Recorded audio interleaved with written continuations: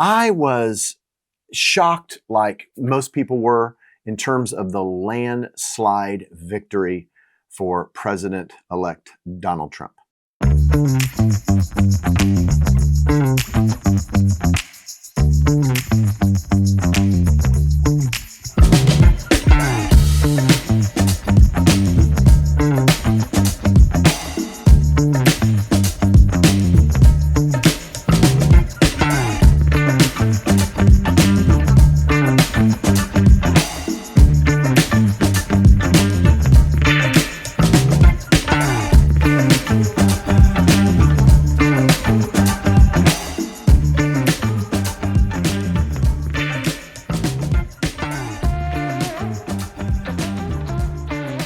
All right, Lee Lone. I'm not wearing a hat today.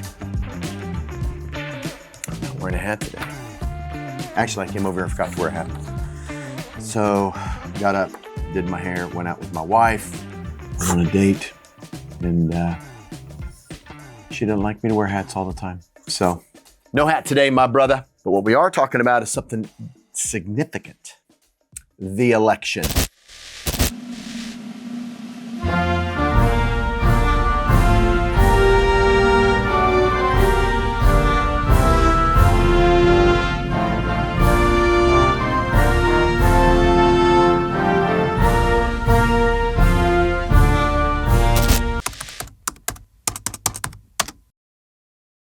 All right, welcome.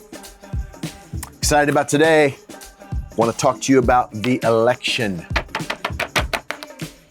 Really felt like this is something that I needed to address. But before we begin, you know the drill. Would love for you to like and subscribe. It helps. If you want to leave some comments, that would be fantastic. Share on social media. Would love for you to follow along what we're doing, what we're talking about.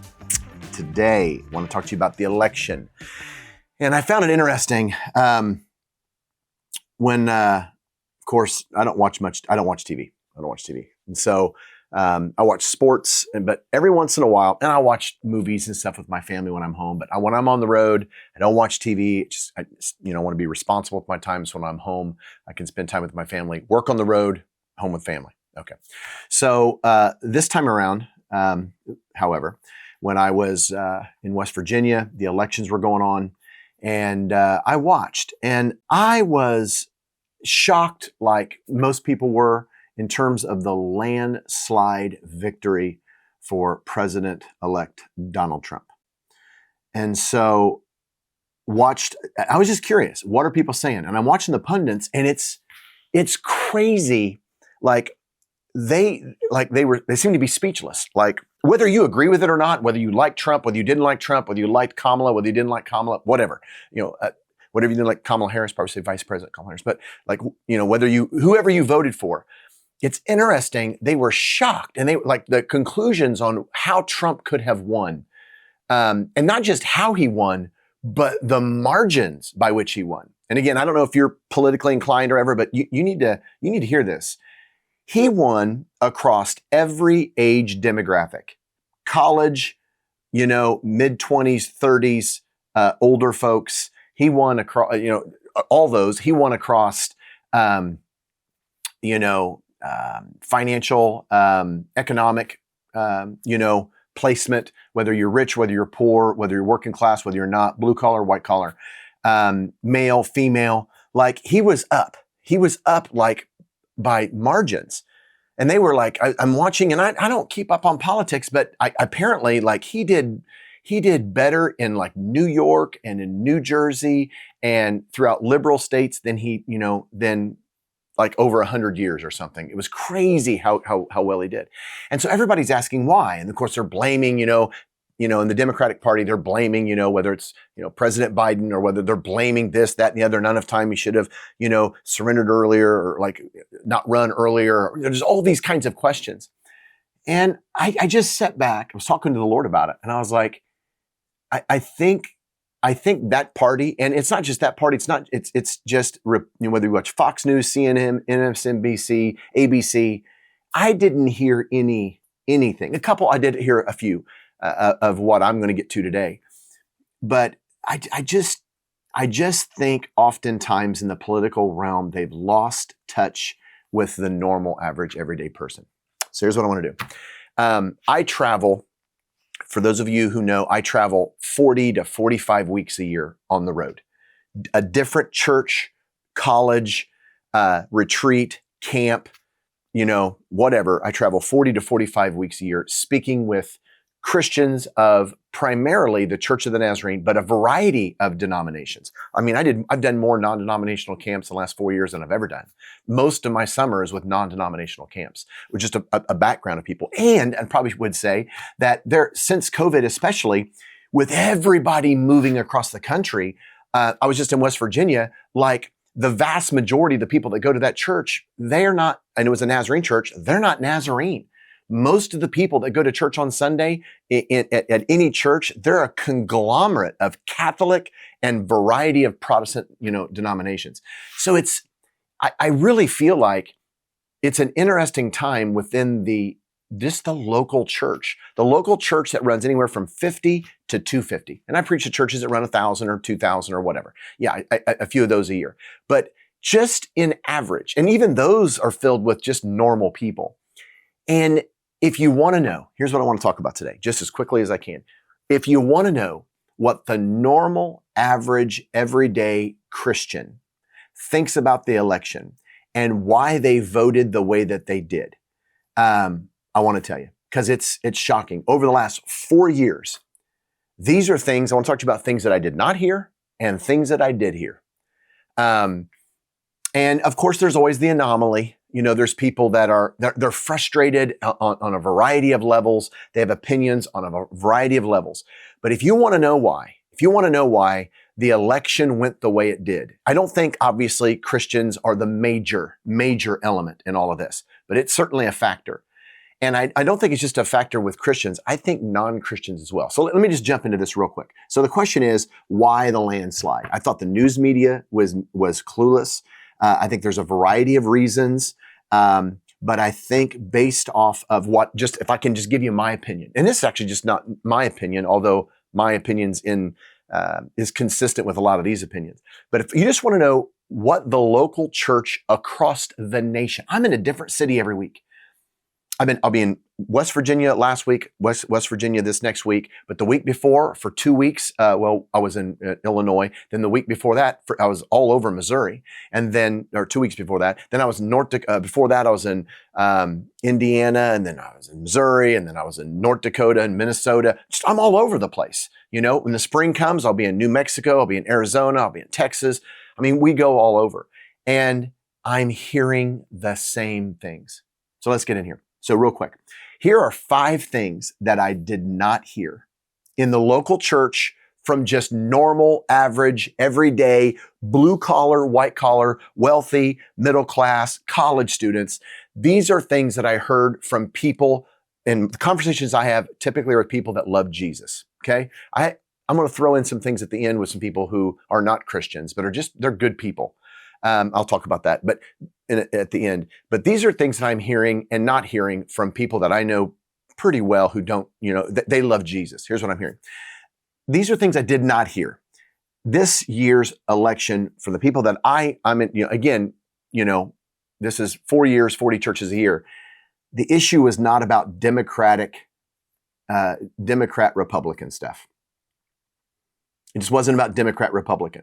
I met that was not the conversations that I heard. That they were, the issues were, I'm going to vote Republican, I'm going to vote Democrat. Like these parties that are warring. I just didn't hear that in the local church. One thing that I heard that was surprising, I did not meet any Christians. Now that's a profound statement that said, Donald Trump is a born-again Christian and I'm voting for him because he absolutely loves Jesus. Okay, maybe he does, but I didn't hear that. That was not the reason people voted for Trump. Number 3, I did not hear about, actually 3, 4, and 5 quickly. I did not hear about the economy. I did not hear about border control, and I didn't hear about foreign policy or war stuff. That was the stuff that all the pundits were saying. Well, people are upset about the borders and people are upset about the economy. And we are. I'm concerned about that stuff. I think people are as well. But that was not the motivating factor of what was most on Christians' minds, like people who love Jesus, what they were talking about, why they wanted to vote. None of that stuff. I just didn't hear it. That was not the roar in the local church. Here's what the roar is in the local church. Number one thing that I heard consistently, the woke public school system.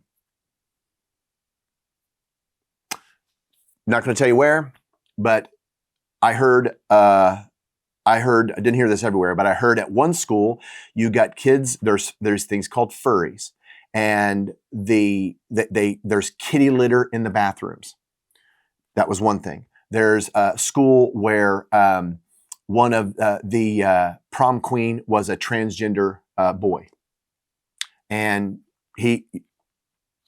that was a major issue. What's another one? Man, there's just so many that I wrote down.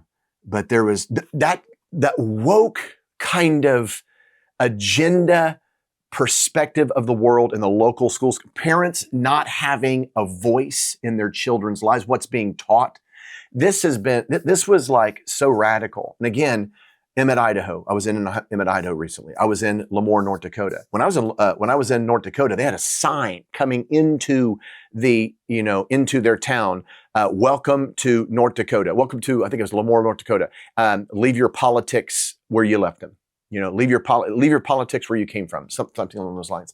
So like, this has been such an issue in the church. Like, I'm meeting people that have moved from California, they've moved from Oregon, they've moved from Washington, they've moved from the East Coast. They're like, we're done. We're leaving that area. That's the major issue. In fact, this is one of the most profound ones. I was in Des Moines, Iowa. This was last April, and just getting my hair cut. And I normally cut my own hair. But this one time I got my hair cut there, just was out on the road for an extended period of time and just needed a haircut. So I go in, this young guy, he's like 19 or 20 years old, super cool kid. And it always comes around, what do you do for a living? What do you here? What are you doing here? And as I'm speaking at a church, and he's got a foul mouth, and I don't think he's a Christian. Okay, he definitely didn't say that. But all of what was going on with, because I had mentioned, I said, dude, it's a pretty interesting place. Because when I was driving there, I had went to the Planet Fitness, and I saw a guy come in wearing makeup.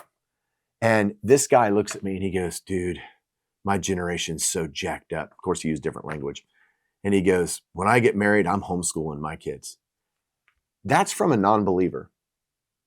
I meet people that are like non-Christians, and they're like, the agenda that Vice President Kamala Harris was pushing, the narrative that she's pushing for the direction, the vision for our country. I'm finding both in the local church and people that I just run into, they're like, that's not our agenda. Like, maybe if it was going to be in the movie The Hunger Games, and you have all of this like weird kind of, this is where I live, where I'm raising my family. That's what I'm hearing. That's the number one thing that I'm hearing from the local church and in and around the local church, just from people that I run into. Number one. Number two was the LGBTQ stuff. It was what is championed as, it is championed by Kamala Harris is the poster child for that vision for our country. That is, and the local church, person that loves Jesus, they're not interested in that. That's not their vision. And again, so this wasn't about, in fact, I met one guy in a church, he's a Democrat. And he was like, I get a lot of flack for being a Democrat. And he goes, but I'm voting Trump this year. And I was like, seriously? He's out of Missouri. He's like, yeah. I go, you like Trump? He goes, no, I can't stand the guy. But I hate him less than I hate her. He didn't really use that language as strong as that, but it was close. He's like, I can't stand him, but I could tolerate him more than I could tolerate her. I think that was the language. And I was like, they're just tired of that. Like, that voice is not representative of the local Christian in the local church. That's what I'm hearing. Number three is a transgender. And again, finding this pretty consistently. I told you about the Planet Fitness. My daughter, we just don't trust her going, and I live in a conservative area of the country. We do not trust her going to the Planet Fitness in the girls' bathroom. She doesn't feel comfortable because they were in a bathroom in Nashville. Her and her friends went down. She's 17. They got a car. They were all having a great time on a Saturday. They were in the bathroom, and some guy comes in, dressed as a woman. She goes, I was so mortified. I felt so uncomfortable coming out of the bathroom, coming out of the stall. And like, that's what's being pushed. That's the narrative of Kamala Harris's strategy. That's her vision for our country. Like, that's a whole part of it. That's not what I'm finding people want. Guys on sports teams, we're finding this in like the disc golf. I play disc golf. That's another thing. Like, I don't just hang out with Christians, hang out with non-Christians. I will have played by the end of the year 26 tournaments around the country this year. And so they're mostly non-Christians, like most of them. They're just normal people. And on the golf course, in the tournaments, they're talking about this stuff. This is the stuff they're talking about. No one likes it. And they're just, and again, they're not big Trump fans. They're just not. And there's stigmatisms that I don't think that are accurate that they've placed on the man or they've placed on the Republican Party, but they're done. They're done with it. And so that's what I'm hearing as I travel around the country. Again, 40 weeks a year in the local church and around the local church. That's some things that I'm hearing. All right. Number 4, racism. White is evil. And if you're a man, you're evil. That's one of the things I'm hearing, that somehow, and I've heard that as well, like, me being a white male, somehow I'm intrinsically evil. My wife is mixed, okay? She's less white than she is Hispanic. We've had two people, we've had 10 live with us. 2 of them we consider our kids, and both are black. We love them. Like, we sow into them, we invest in them. Like my brother and sister-in-law, they're mixed, white and Hispanic, and they have a black girl that they adopted. Like, we live in a multicultural family. I mean, that is not anywhere on our radar. And I'm finding that's not on the radar of anyone like that I meet in the local church setting. Like, I don't care who you are. It's skin color. There's in the kingdom of God, there is no color. And so there is an agenda being pushed by a secular world that is more racist than just I am. I'm not racist at all. I don't care who you are. I hire whoever. I like, it doesn't, and we live in an area where, and just if I get real personal with you in terms of my daughter and my son, who they marry, who they date, I could care less. I mean, it doesn't matter. It doesn't matter who you date. I don't care their skin color. What I care is, do they absolutely love Jesus? And do they have traits that are favorable for being a successful, responsible person in our world? Like, love Jesus, be sharp. That's all I care about for my daughter and for my son.